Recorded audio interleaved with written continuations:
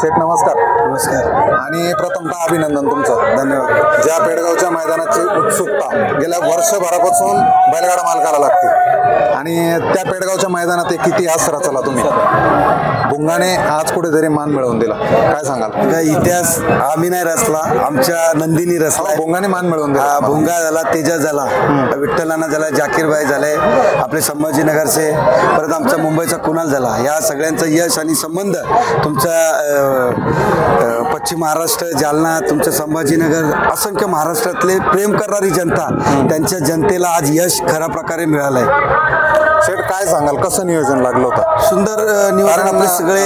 कारण चिमण्यासोबत गोडचा सर्जा पाळणार ही पण चर्चा होती.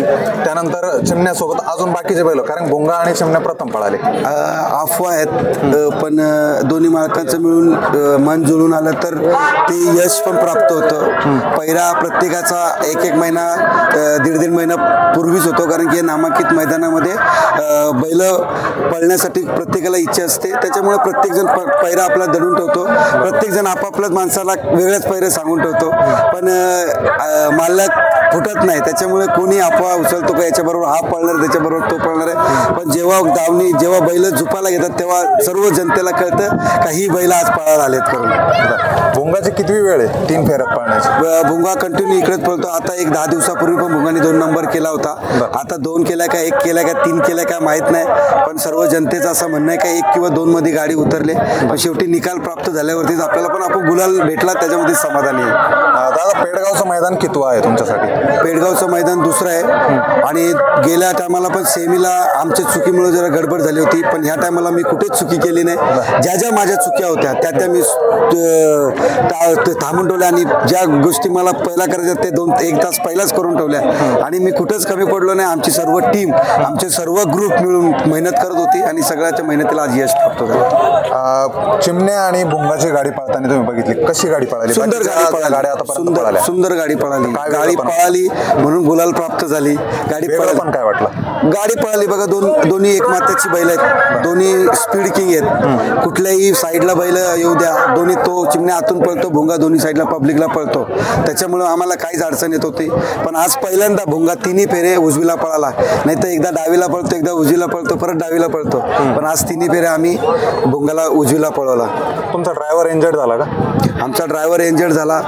मुश्रफ ड्रायव्हर आमच्या भुंगाचंच सहकारी आहे. आणि आम्हाला काय झालं नेमकं? गाडीमध्ये अटकून तो पडला, खूप लागलंय, पायाचा फ्रॅक्चर पण झाला असं मला वाटतोय.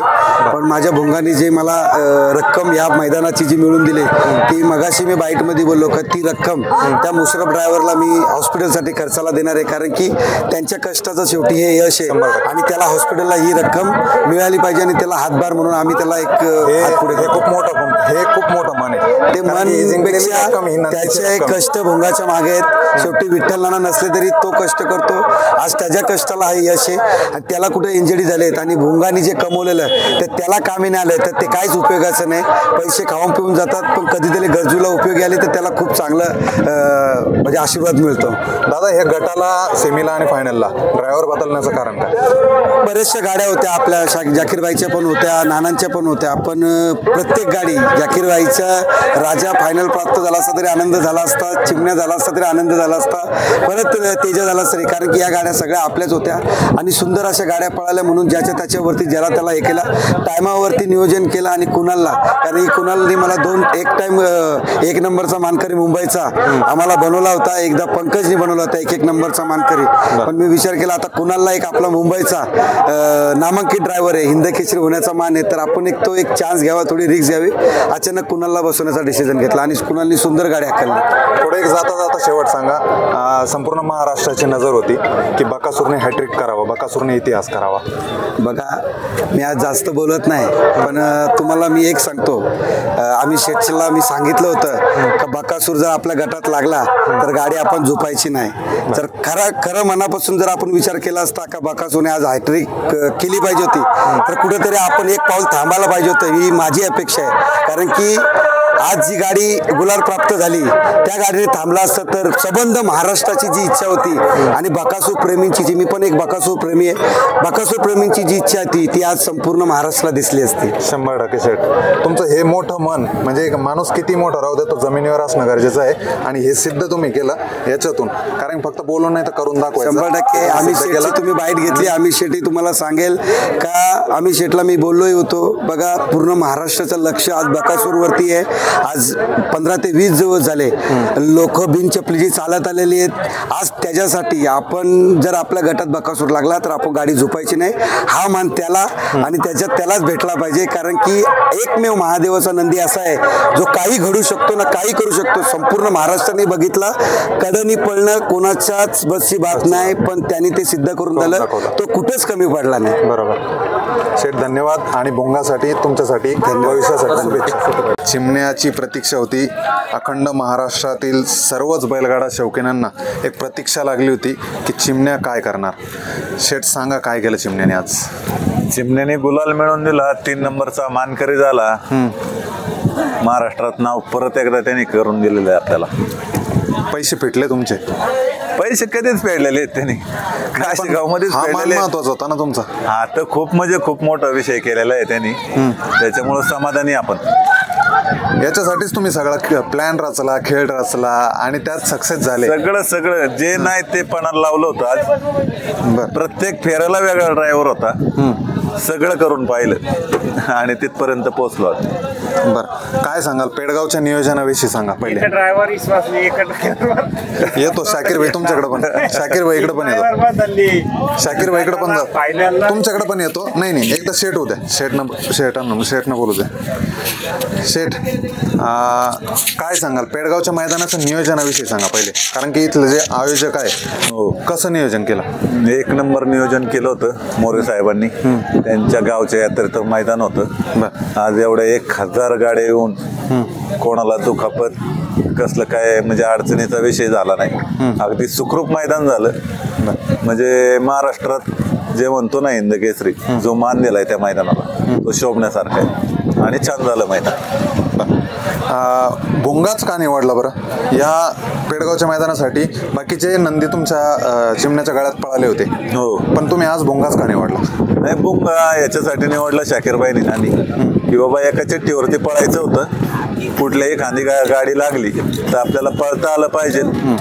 गट कडेन लागला तर काढता आला पाहिजे, सेमी कडेन लागला तर काढता आला पाहिजे. या हिशोबाने ठामपणे गाडी आम्ही हे केली होती. पुन्हा एकदा सिद्ध केलं नियोजनाचा बादशाह म्हणून तुम्ही. आहे थोडं कळतं तेवढं करतोय आपण. बाकीचं आहे पलीकडे नियोजनाचा बादशाह. भुंगाचा पळ कसा वाटला. भुंगाचा पळ अचानकपणे त्याला चिमण्याच्या गळ्यात टाकला. हो, तर कसं वाटलं पळ त्याचा टॉपचाच पळ आहे. मुंबईमध्ये बिपिन जोडचा बादशाह आहे तो आणि चांगला पळ असल्यामुळेच आपण इथं नियोजन केलं. गाडी चांगली पळेल, सगळं होईल. आणि या सगळ्यांमध्ये एकच सांगू इच्छितो, फक्त माझं पहिल्यापासून बकासूरवरती असणारं प्रेम.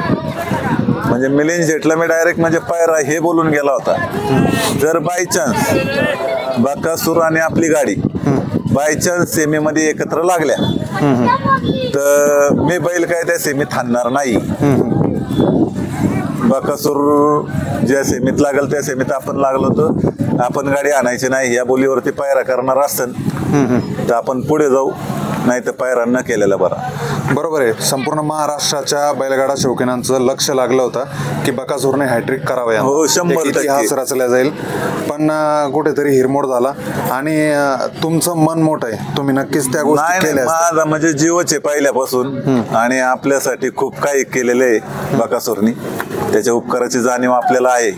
आणि ते कसं आहे ते म्हणतात ना, बोलून दाखवण्यापेक्षा करून दाखवण्याला जास्त किंमत असते. 100%. आज जरी एका सेमीत लागली असती ते आपण करून दाखवलं असतं, पण ते योगायोगाने वेगवेगळ्या सेमीत निघाल्या गाड्या आणि ते मग आपण पळालो त्या सेमीमध्ये. किती नंदी पळवले तुम्ही घरातले आज दावणीतले. आज शंभू आणि चिमण्या पळाला. सेमीला थोडक्यावरून शंभूने मार काढला आणि चिमण्याने आज 3रा नंबर केला. वादळ आता उद्या आदतला पळेल. उद्या आदतला पळेल. हो. बरं, उद्याच्या आदतमध्ये कोणासोबत चिमण्या दिसणार? चिमण्या पळणार ना? 100% पळणार उद्या. बरं, कोणाच्या गळ्यात पळणार? हे आपलं उर्मिलाताईंचा आणि दत्ता पाटलांचा जो आहे बरं, राजा कंदूरचा कंदूरचा राजा. ते आणि चिमणीची गाडी उद्या पळताना दिसेल तुम्हाला मैदानामध्ये. आणि वादळ? वादळ आपला एक मित्राचाच कोंड आहे सुंदर म्हणून, त्याच्यामध्ये पळताना दिसेल. बरं, हा जो विजय आहे पेडगावच्या मैदानातला, हा कोणाला समर्पण करणार तुम्ही? आतापर्यंतचं जे तुमचं सगळं नियोजन आहे हो, या मैदानासाठी म्हणावं लागेल, कारण की बाकीचे जे मैदान होतात त्याच्यात विजय मिळो अथवा न मिळो, पण या मैदानात कारण की 1000 गाड्या आहे आणि 1000 गाड्यांमधून 1 नंबर करणं किंवा त्या 10 नंबरांमध्ये जाऊन बसणं ही खूप मोठी गोष्ट आहे. खूप मोठी तर कोणाला समर्पित कराल? मी आजचा विजय जो आहे, मी ज्या नावासाठी तर पडतो, माझे आई आणि वडील, हा विजय मी त्यांना समर्पित करेन. जाकीर भाईकडे. जाकीर भाई, काय सांगाल?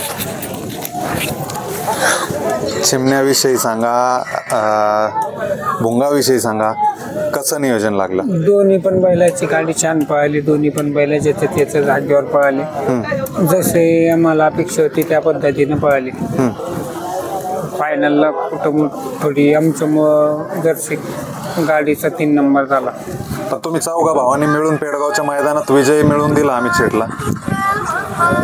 नंतर काय ते पळाले तर विजय मिळणार आपल्याला. कष्ट तुमचे, आता आपण मेहनत घेतली ना, तर आपल्या मेहनतीचा फळ 100% ते देणार आपल्याला. कोणता पण नंदी असू द्या, त्याच्यावर मेहनत घेतली ते आपल्याला यश 100% मिळून देतात. सुट्टीचा बेताज बादशाह द्या, माईक द्या. चपळ चित्ता दुंडा असून देखील म्हणजे झाला थोडा हे प्रॉब्लेम, पण तरी गाड्या सोडल्या. सागर, काय सांगशील? हात बरा आहे का? हात आहे बरा, पण त्याला बँडेज लावून आलोय आज चिमण्या राजा सोडायला. बरं, रात्री कॉलाला काय पण कर, यायला लागते तुला गाड्या सोडाय आपल्या 2. केला हात व्यवस्थित, निखिल आणला सोबत. काय झालं होतं नेमकं? हात निसटलेला लॉक मधून, लॉक निघालेला. आता ओके? आता बरं, आज कसं वाटलं? पेडगावचं मैदान इतकं मोठं ऐतिहासिक मैदान होतं.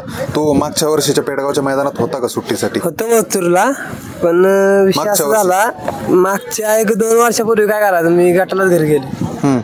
आज असं नशीब की माझ्या म्हणजे 4-5 गाड्या राहिल्या. तू सुट्टी केल्या 4-5 गाड्या? तर निखिल मी दोघांनी केल्या. 4 गाड्या आमच्या फायनल राहिल्या, 1-2 घरातलेच आपल्या. सुट्टीला कोणी अडचण? रायनाच्या गाडीचा फक्त प्रॉब्लेम झाला. ती गाडी फक्त म्हणजे अपेक्षा होती माहिती गाडी रायनाची राहावी, कारण भारतच्या माग रायनानं म्हणजे चालवावं, पण त्या गाडीनं म्हणजे रायनाच्या काय कारणास्तव असतो मार खाल्ला. बाकी तेवढं दुःख, बाकी काय नाही. बाकी काय चिमण्या काय करतात बैल असले का काय संबंध. शेटची जेव्हापासून माझ्यावर म्हणजे झाली ना, त्यापासून एवढा विश्वास माझा शेटवर, शेटचा एवढा माझ्यावरती विश्वास आहे ना, काय नाही. पण तू सोडू नको का, तू मला काय त्याचा, तू यायचंच बैलावर, जिथं बैल तिथं तू पाहिजेस. राजा असो, सम्राट असो.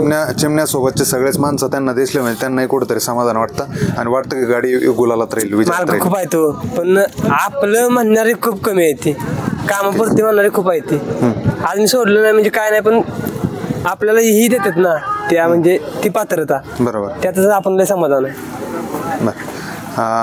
आता वळूया एक नामांकित जॉकी, नामांकित बैलगाडा मालक, नामांकित नियोजन करते, एक सेलिब्रिटी झालेली आहे सध्या. आणि शाकीर भाई, काय सांगाल आजच्या विजयाचं सगळं श्रेय मथुर आणि राजा कोणाला श्रेय द्या? विजय आमचे सगळे सागर भोये मित्र, सगळे आपल्या अमित शेठ, सगळ्याच्या नियोजनांना पैरा झालता. त्यालाच विजय समर्थ करू. गावातली जोडीदारी बरेच 5-50 जण येले, 2-3 गाड्या घेऊन सारे सकाळपासून बिगर जेवणाचे ते मेहनत करते, सगळेच बिगर जेवणाचे. शाकीर भाई, कसं बघाल पेडगावचं मैदान? तुमच्यासाठी नवीन आहे, बैलांसाठी नवीन आहे. मैदानात पहिल्यांदाच आलो आणि फायनलला पण राहिल्या दोन्ही पण गाड्या. अपेक्षा होती फायनलला राहिला, बस त्याच्यातच समाधान. मथुर आणि राजा कितवा नंबर भेटला?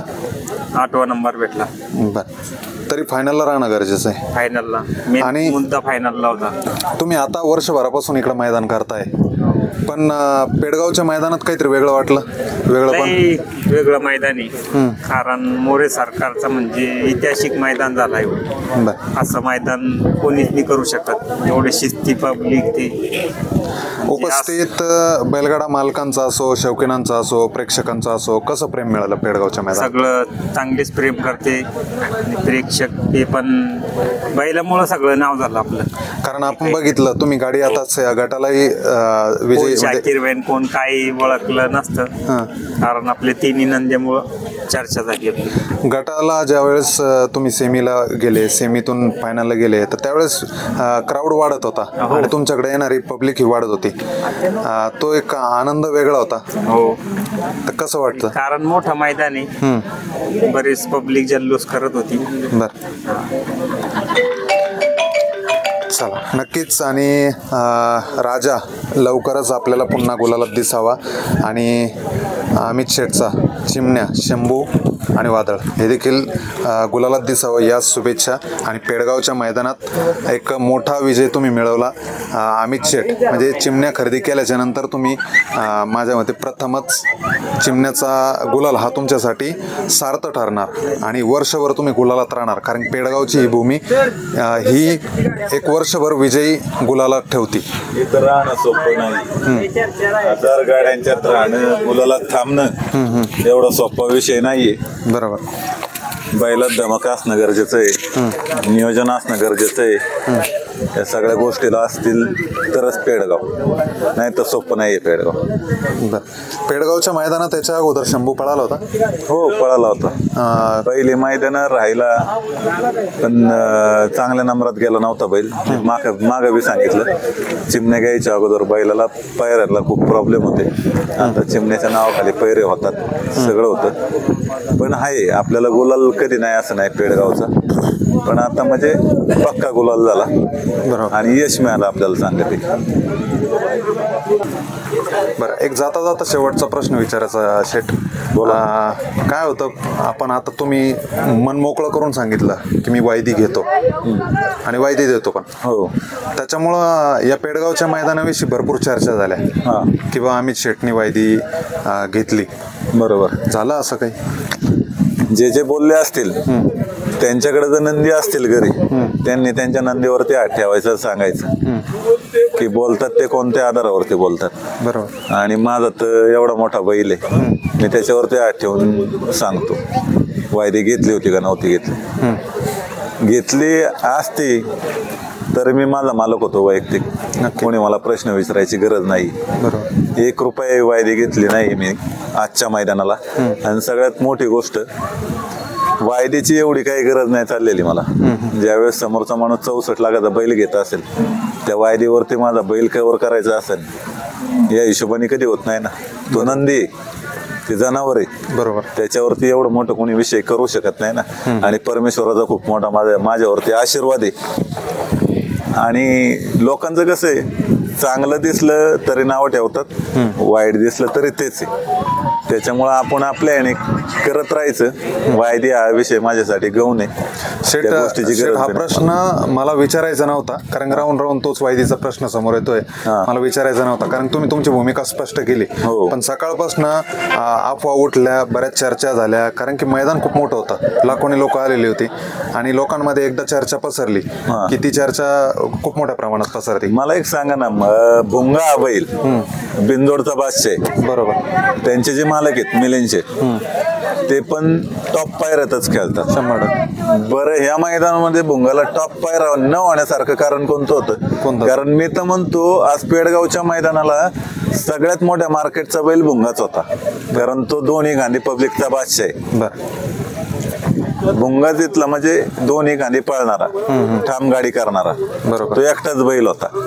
मग मी माझ्या हिशोबाने जर करेक्ट नियोजन करत असेल, त्याचा अर्थ असा होत नाही ना मी वायदी घेऊन बैल दिला म्हणून. बरोबर. सरळ सोपं उदाहरण. हा विषय क्लिअर करायचा होता म्हणून फक्त वायदी पुरतं विचारलं. मला कधी विचारा, मी 100 वेळा प्रश्नांची उत्तर द्यायला तयार येतो उभा. माझ्या मनाला आणि परमेश्वराला माहिती आहे मी घेतो नाही घेतो. चालतं. शेठ, अभिनंदन तुमचं आणि तुमच्या संपूर्ण टीमचं, जाकीर भाई, शाकीर भाई, नवाब भाई, धन्यवाद, हबीब भाई यांचं सगळ्यांचं अभिनंदन. धन्यवाद.